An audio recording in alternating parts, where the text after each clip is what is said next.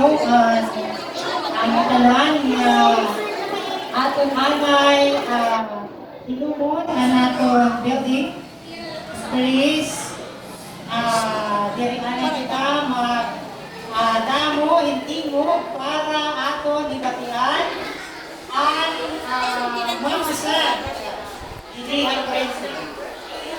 Sige, aton anay ingata kung panahon ang aton mga ma-present.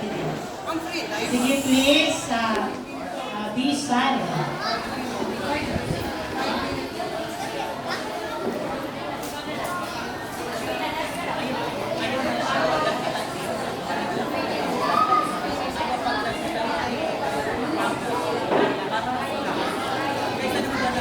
First, pag iyo makita sa tudlo, ang nanaibaw it means silent.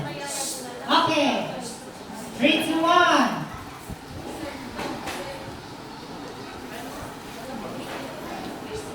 Thank you so much. People of Eastern Summer, let us go. Welcome. Group 1 and their Red Bull Broadcasting.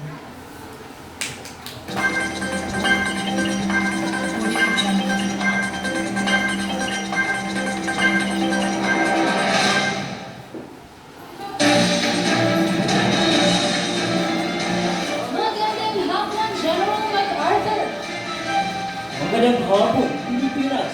At magandang umaga sa aming mga tagapakinig sa Paglantanig ng Mundo. Ito ang iyong kaibigan si Edgar Apo.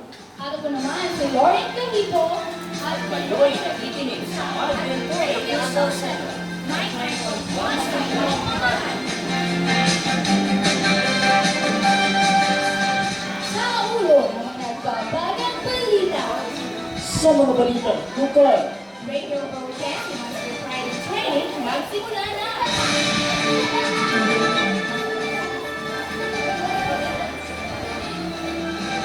Women's Ministries ng Salcedo District nagkaroon ng pagkakaisa ukol sa crusade.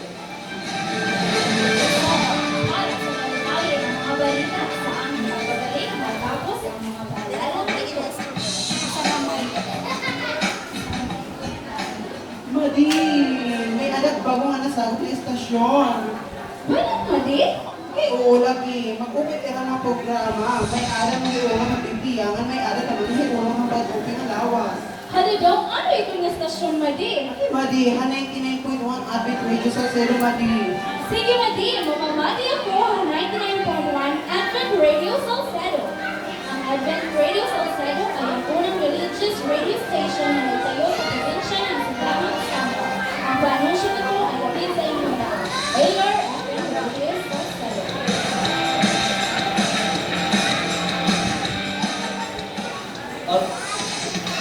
At kami nagbabalik. Radio Broadcasting Monster Private Training, nagsimula na. Rafa, pasok.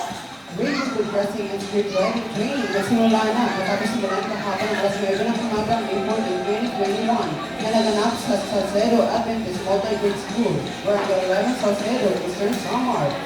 Na pinangunahan ni Mong Cicero Rollo Macasa na ibinahagi niya ang kanyang kalaman tungkol sa news writing na sinundan naman ng mga BOW na pinaliwanag ang mga idea ukol sa editorial writing na mas maging interesado ang training. Pagsabi naman ng alas 2 ng hapon ay binahagi ni Ginoong Marvin ang tungkol sa video editing music ni Master. Sa pagkatapos sinundan ni Mang Cicero Rollo na ibinalangkas ang tungkol sa radio broadcasting. At ito po si Roger Hermoles Cabilogan na nagsasabi ang nininiwala sa Diyos ay heaven ang pupuntahan. Women's Ministry sa Salcedo District nagkaroon ng pagkakaisa ukol sa krusada. Shoutouts, pasok. Ang mga kababaihan sa Salcedo District ay nagkaroon ng Women's Ministry Crusade sa Barangay 8 General MacArthur 7th Avenue ng Mayo 5 hanggang 15 na Ligo para ibahagi mo ng balita po sa dalawang pagbabalit. Healthy lifestyle overload. Healthy lifestyle overload. Ikaw ay mag-ginamit ng mga kababaihan sa Salcedo District. Sinatapos ng usada kasama mga health lecturers at tayo sa isang gospel speaker na si Ma'am Edith Abita Sabili. Isang publikong guro ng Santa Cruz Elementary School na siyang dahilan na naging matagumpay ang sabit usada. Nagsimula sa 8 kalapakinig ng mga Nananigtis natin mga kaibigan gabi hanggang naging 43. Sa kasalukuyan, mayroong siyang na individual na tumagal sa hamon na isa sa at pinili si Jesus bilang kanilang nagtatapos. Ito po ang inyong kaibigan, Charles na Kinsa. Lalangikod sa inyo sa pagbabalik ng Kristo. Salamat, Charles. Kami babalik pagkatapos ng ilang palaman.